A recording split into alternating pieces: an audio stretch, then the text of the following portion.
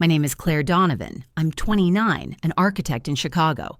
Christmas Eve, 3:12 p.m.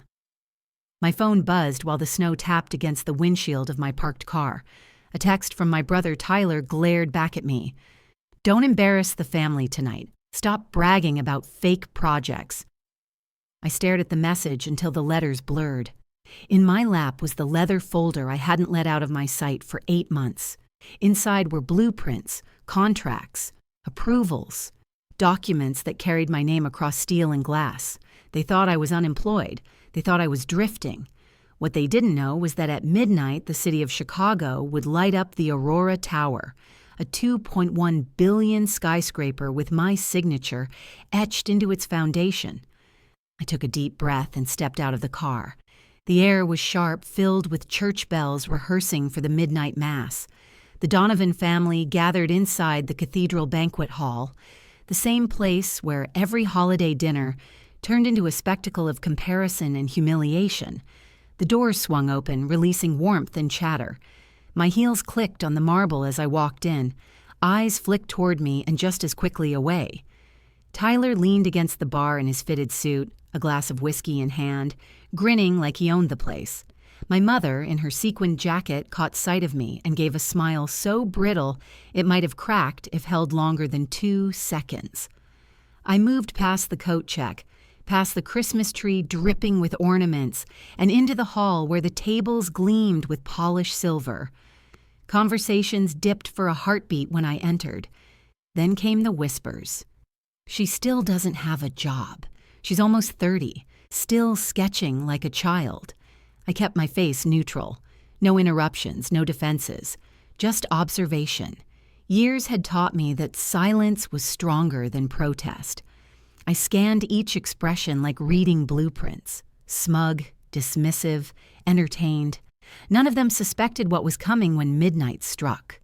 That was the irony that held me steady, the secret under my skin. I slipped into my assigned seat, conveniently placed at the far corner near the server's door. My aunt's perfume wafted over as she leaned across the table to tell someone, loudly enough for me to hear, that architecture isn't really a career these days. Tyler chuckled, checking his Rolex, making sure the laughter rippled outward. I folded my napkins slowly, methodically, as if I had all the time in the world, because I did. Hours. Mere hours, until the skyline itself would answer them in ways I never would. The meal began with the usual small talk. Tyler boasting about his real estate deals, my cousins flaunting vacations and cars. My fork hovered untouched. I studied the crystal glasses catching the chandelier light, the wine shimmering like liquid fire. And then, the inevitable. My father rose from his chair at the head of the table. His hand gripped the stem of a champagne flute. The room hushed at once. He had that command, the voice that had silenced us since childhood. He cleared his throat, eyes fixed on me with the weight of judgment already decided. "Tonight," he said, his tone deliberate, almost ceremonial, "we need to speak plainly about the greatest disappointment in this family." The glass trembled slightly in his hand, and every gaze turned toward me. Champagne fizzed into crystal flutes, bubbles racing upward, bursting in silence, but the words floating across the table landed like knives.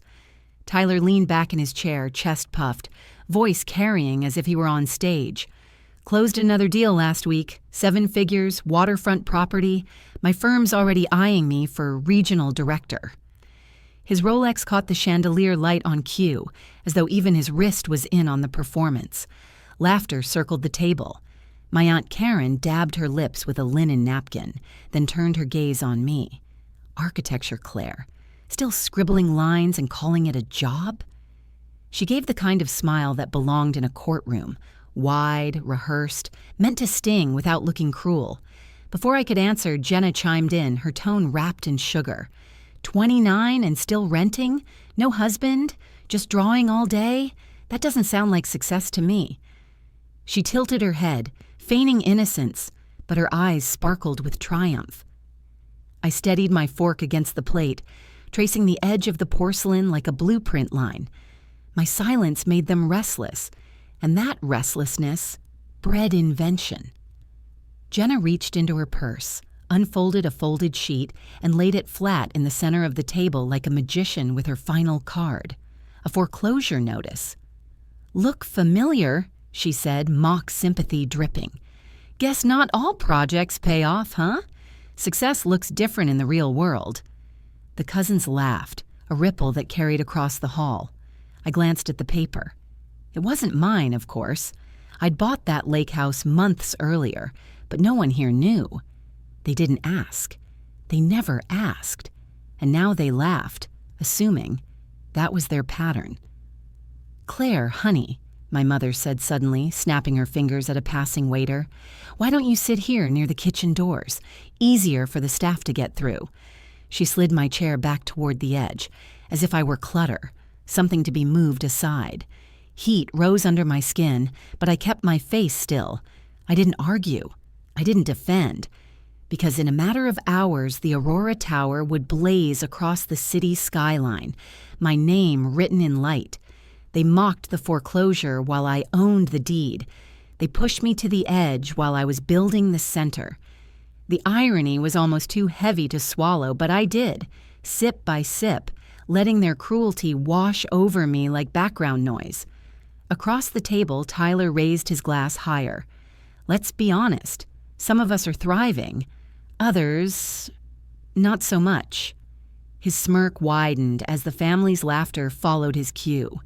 Then came the sound that silenced laughter every time, the sharp tap of crystal against silver.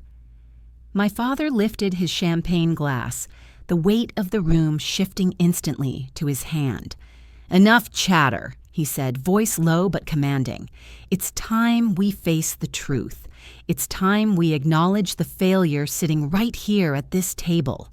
The word failure lingered, suspended in the air like smoke, and every eye turned again toward me. The laughter died down as my father set his glass down with a sharp click, his eyes fixed on me, the way a judge might study a defendant who hadn't yet spoken. "Claire," he said, voice clipped, "you're nearly 30 years old. Do you have a retirement account? A 401k? Health insurance? Anything that suggests stability?" The questions weren't meant to be answered.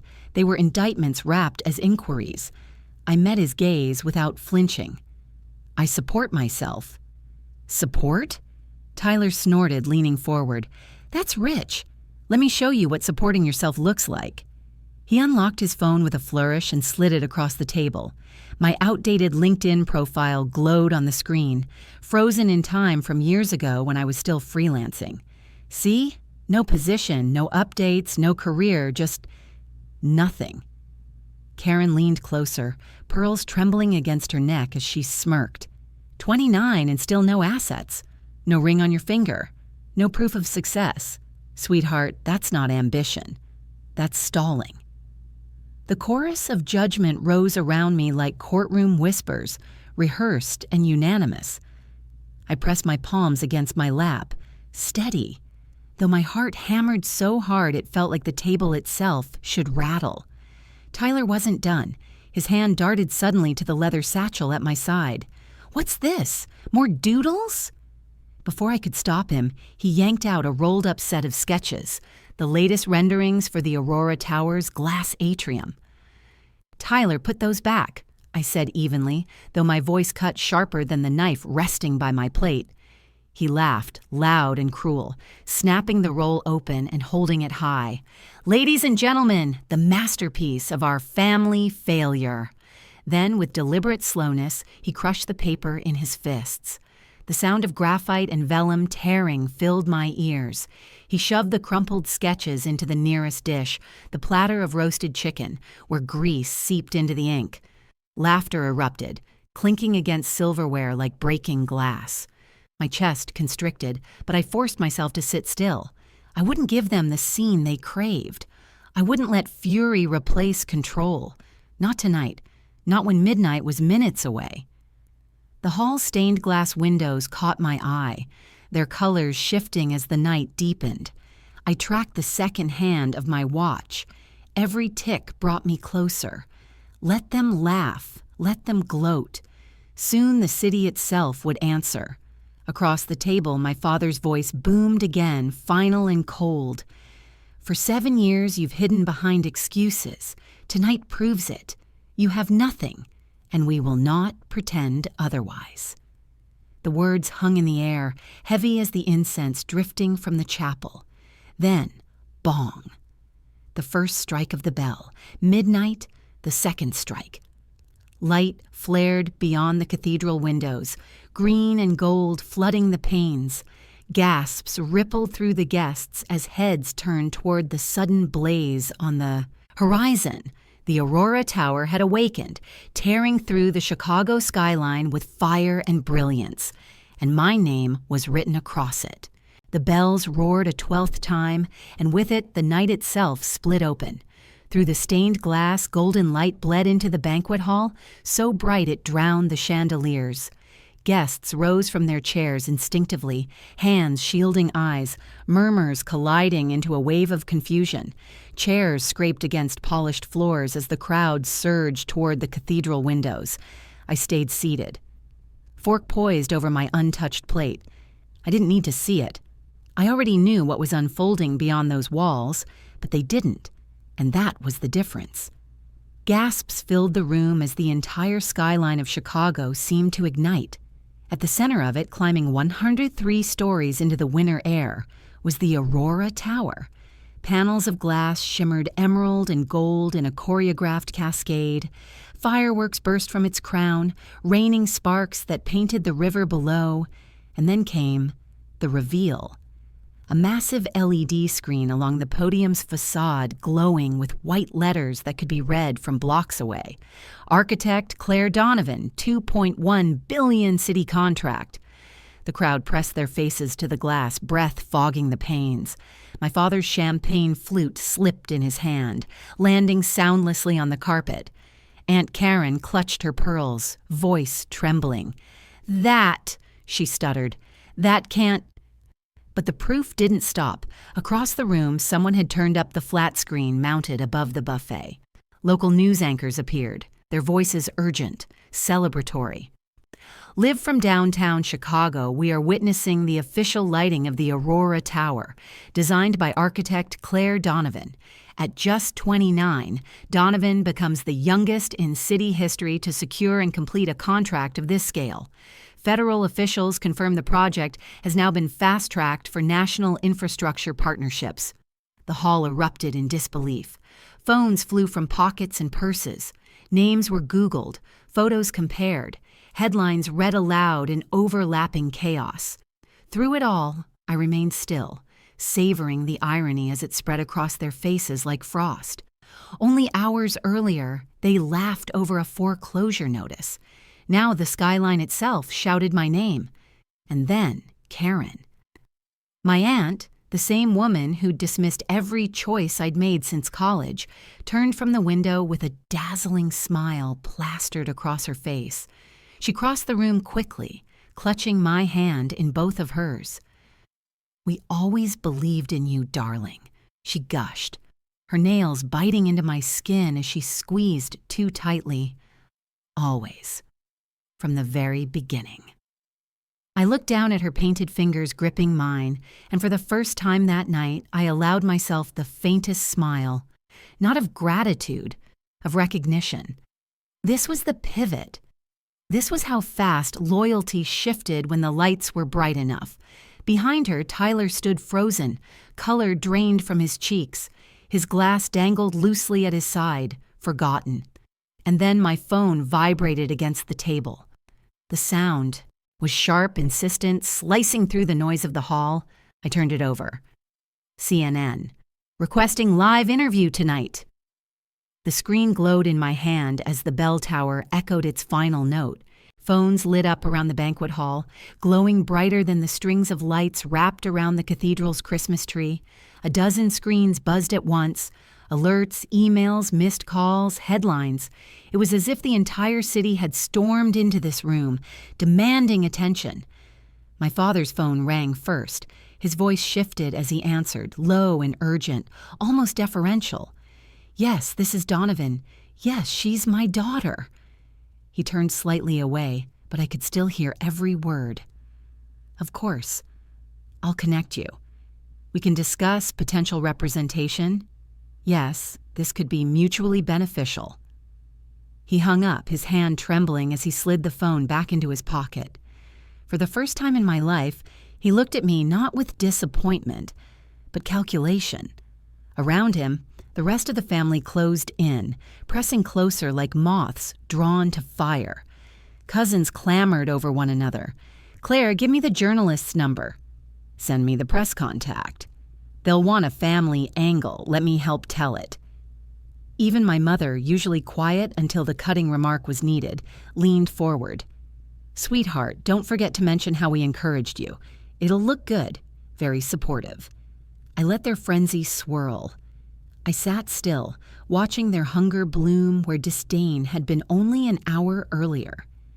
Then I unlocked my phone, scrolling past dozens of notifications until I landed on one message in particular. I tapped it, enlarged the text, and read aloud. "Last year," I said, voice carrying above their noise, "I quietly purchased the Donovan Lake House, the one foreclosed after years of unpaid taxes." Gasps rippled. I never said a word because I had no interest in flaunting it. I wanted peace, not applause. The room fell still, disbelief hardening into silence. Tyler snapped first. His chair scraped back, his face red. "Liar!" he spat. His hand grabbed the neck of a half-full wine decanter. In one violent motion, he slammed it against the edge of the table. The bottle shattered, crimson spilling across the white cloth, seeping into silver and porcelain like blood in snow. "You're making this up. You always make things up." Shards skittered onto the floor as guests recoiled, gasping. My mother shrieked his name, but he didn't hear her. His rage filled the space where reason once lived. I didn't move. I only leveled my eyes at him, steady as stone. 3:12 p.m., I said clearly, letting the words cut through the panic. He froze. "You texted me then," I continued. "Don't embarrass the family tonight. Do you remember?" The room turned, everyone staring now not at me, but at him, the man who hours ago wore triumph-like armor. Tyler's mouth opened, closed, searching for words. The wine spread wider across the tablecloth, reaching his hands like a stain he couldn't wash off. The church bells outside struck once more, echoing against the glass. And for the first time, all night it wasn't me sitting on trial, it was him. The hall was suddenly too quiet, the kind of quiet that pressed against your ears until every breath sounded like a betrayal. My family sat rigid, eyes darting anywhere but toward me, the stain of wine crawling wider across the tablecloth like proof of guilt no one could mop away. Silence. After years of noise, years of jeers, years of casual cruelty, I let it stretch because silence was my weapon now, and when I finally spoke, my voice was low, but it carried across the hall like a verdict. "Do you know what I remember most about Christmas?" I asked. My fork tapped once against the plate, a sharp metronome. Not the food, not the gifts. I remember the questions that weren't questions at all. When are you getting a real job? When are you going to settle down? When will you stop wasting your time? I scanned their faces, each one pale in the glow of the Christmas lights, and the news ticker still running across the muted television. Every year, you sat me at the edge of this table.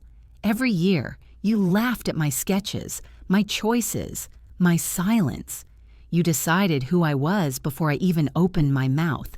And not once did anyone here ask me sincerely what I was actually building. No one spoke. Even Tyler, still standing with shards of glass at his feet, had gone mute, his chest heaving. "You never wanted to know," I continued, "because if you'd known, you couldn't laugh. If you'd known, you couldn't feel superior. So you chose the version of me that was easiest to mock."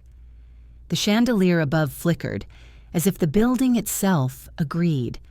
My mother reached for her glass, her hand trembling, eyes down. I almost pitied her. Almost. Then my phone buzzed. The sound cracked the silence like a whip. I turned it over slowly, the glow of the screen washing across my palm. A message preview appeared, bold and undeniable. CFO. Congratulations. Aurora has just been awarded federal expansion. Additional 600 Malner contract confirmed. Gasps escaped from someone. I didn't bother to track who.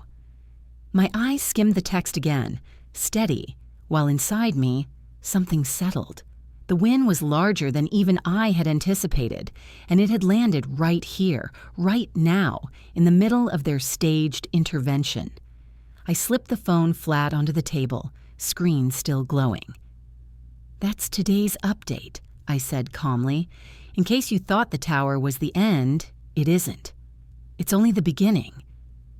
Across the table, my father sagged back into his chair as if gravity had doubled. He looked 10 years older in an instant. I noticed movement beside him, my mother. She had pulled her phone discreetly from her clutch, thumbs working quickly. I leaned slightly, just enough to catch the reflection in the glass. The words glowed on her Facebook draft like a confession written in neon. "Claire has always been the pride of our family. We supported her every step of the way. Couldn't be more proud tonight." My throat tightened, not with grief, but with the sharp edge of recognition. Even now, faced with truth undeniable, she was rewriting history. Not for me, never for me. For the audience, for her reputation, for the image of a supportive mother that had never existed in reality. I reached across, took her phone gently but firmly, and held it up so the whole table could see. The screen shone like a spotlight. "This?" I said. My voice cut colder than the winter air outside. "This isn't pride." I let the silence settle a second time. "This is PR." Her face drained, her mouth opening but no sound emerging. The others stared, eyes wide, caught between shame and fear. No one moved to defend her, not this time, because they knew I was right. The bells outside struck again, not midnight now, but the quarter hour, reverberating through stone walls. Each toll seemed to hammer the truth deeper, that every gesture of support arriving tonight was performance, not love, that the only thing changing was their awareness of my worth, not their treatment of me. I placed her phone back onto the linen, screen still glowing with the draft post. I didn't need to delete it. Its existence said enough. Around me, the air thickened with the weight of their silence. It wasn't the silence of respect. It was the silence of people who had run out of lies. And for the first time in years, I didn't feel small at this table. I felt unmovable. Candles flickered along the banquet table, their flames bending in the draft that crept under the cathedral doors. That soft light fell across faces now drained of arrogance, leaving behind only the pale residue of regret. For years, these same faces had sharpened with ridicule. Tonight, under candlelight, they looked fragile, almost breakable. My father broke first. He set his champagne flute down carefully, as if sudden movement might shatter more than glass. His voice, once booming with authority, dropped to a tone I had never heard from him before, thin, almost pleading. "Claire," he said, his throat catching on the word, "forgive me. Forgive us. I was wrong. I should have believed. I should have asked. Please, give your father a place at your table now." The silence that followed wasn't the silence of dismissal anymore. It was the silence of desperation, of a man stripped of his armor. Tyler, still standing near the wine-stained tablecloth, wiped at his eyes with the back of his hand. His voice wavered, brittle. I was jealous. That's the truth. Every promotion, every sale I bragged about, I only wanted to match you. I mocked you because I couldn't catch up. God, Claire, I hated how calm you were, how sure. I thought if I tore you down, I'd feel taller. The confession hung in the air, sour and late. His shoulders trembled as he sank back into his chair, eyes darting to me like a child waiting for absolution. And then, Karen, my aunt, who only hours ago called me stalled, cleared her throat and forced a smile that didn't reach her eyes. Perhaps we should take a family photo, together, for the press. They'll want an image, something warm, supportive, us as one. The suggestion drew a few nods, hesitant but hopeful, like a drowning hand reaching for a rope. I let the silence stretch until it grew teeth, and then I spoke, my tone flat, unshaken. I stayed quiet for 8 months, I said. Not because I doubted myself, not because I needed time, but because I wanted to see who you were when you thought I had nothing. The words landed heavy. No one dared interrupt. And I saw, I continued, exactly what I needed to see. My gaze moved across them, my father, Tyler, Karen, my mother still shrinking in her chair.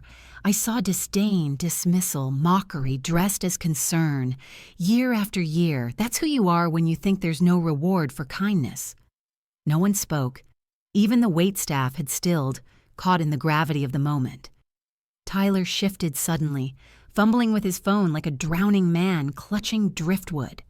"Claire," he said quickly, voice breaking, "let me at least post something. A story. To tell people how proud I am. To show I was wrong." His thumbs hovered over the screen, ready to curate redemption in 24-hour pixels. The absurdity almost drew a laugh from me, but I only shook my head. You don't want to honor me. You want to rewrite yourself. There's a difference. The candlelight wavered, shadows stretching long across the table. My father reached across the linen, his hand shaking. "We can change," he whispered. "Tell us how. Tell me how. What do you need?" The truth pressed against my chest like a weight. I stood slowly, slipping my arms into the coat draped over the back of my chair. The movement drew every eye. My chair scraped against the stone floor, echoing like a gavel. "I don't need anything from you," I said simply. My scarf slid across my shoulders, the wool soft against my neck, a comfort their voices had never given me. They stared, waiting for something softer, something merciful. It never came. I buttoned the coat, tugged on my gloves, and looked at them one last time. Their faces flickered in the candlelight, pleading, broken, desperate to undo what had already been carved into memory. "Tomorrow morning," I said evenly, "I fly to Paris, with or without this family." The finality cracked the air like ice breaking on the river. No one dared move. No one dared breathe. The candle sputtered as if the room itself exhaled, and I turned toward the door. The cathedral doors groaned as I pushed them open, and the winter swallowed me whole. Snow fell thick and relentless, blanketing the street until the world looked erased. My breath curled in the air, vanishing as quickly as it appeared. Behind me, muffled voices echoed faintly through the heavy doors, pleas, apologies, bargains that no longer reached me. The silence outside was different. It wasn't the silence of judgment or shame. It was clean, fresh, untouched. I let it wrap around me like armor. The Aurora Tower gleamed in the distance, its crown of light cutting through the snowstorm like a beacon. Cars slowed on Michigan Avenue, passengers craning their necks to watch. Strangers pointed upward, awed, unaware of the storm I had just walked through inside the cathedral. That tower didn't just belong to me, it was me. It was every night alone at a drafting table, every line drawn until my hands cramped, every rejection letter shoved into a drawer, every laugh I endured from this very family. And now, it stood higher than all of them. I pulled my phone from my coat pocket, scrolled past the messages from journalists, investors, classmates I hadn't heard from in years. My thumb hovered, then pressed on the number I needed. It rang twice before a brisk French voice answered. "Oui?" "It's Claire," I said. My breath fogged against the night air as I paced slowly under the street lamp. I wanted to confirm the revised deadline for the Paris expansion. There was a pause, then a warm laugh. Claire, working even on Christmas? Work is simpler than family, I replied. The words slipped out sharper than I intended, but they rang true. We spoke quickly, directly. Details of zoning approvals, projected budgets, scheduling. It was the language I loved, the language of steel, glass, and time. Not whispers, not accusations, just clarity. By the time I hung up, the sting in my chest had faded, replaced with a calm steadiness I hadn't felt all night. The snow thickened, flakes clinging to my lashes. I stood for a long moment on the steps, staring back at the cathedral. Through its frosted windows, flickers of candlelight still burned, but the people inside no longer mattered. Their voices, their judgments, their sudden reversals. Those belonged to a world I had outgrown. They had waited years for proof, for headlines, for validation stamped by strangers, and when the validation came, they scrambled to rewrite themselves as believers. But true believers had been there all along, in my team, in the colleagues who stayed late with me, in the co-founder who called every night to ask not how the stock was doing, but how I was holding up.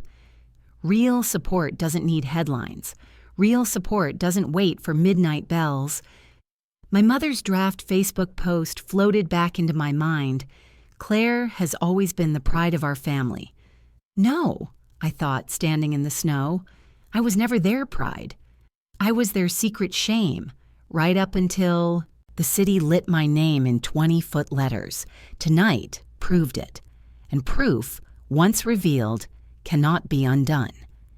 I stepped down from the stone staircase, boots crunching into fresh snow. A black sedan idled at the curb, exhaust curling upward like smoke signals. The driver leaned forward, brushing frost off the windshield, pretending not to notice the weight I carried with me. I opened the back door, but paused, turning once more to the cathedral. Its tower rose against the storm, bells quiet now, windows glowing faintly. For a moment, I wondered if they were still sitting at the long table, staring at the empty chair I left behind. If they were arguing, blaming, or simply stunned into silence. But the thought passed as quickly as it came. Their reckoning was theirs alone. I slid into the back seat, the leather cold against my coat. The door shut with a heavy thud that sealed the night outside. The driver adjusted the mirror. Where to? Home, I said softly, though the word felt different now. Not the apartment I owned, not the city I had claimed, but wherever the work took me, wherever respect was earned without proof. As the car pulled away from the curb, the cathedral grew smaller in the window. The lights dimmed, the voices silenced.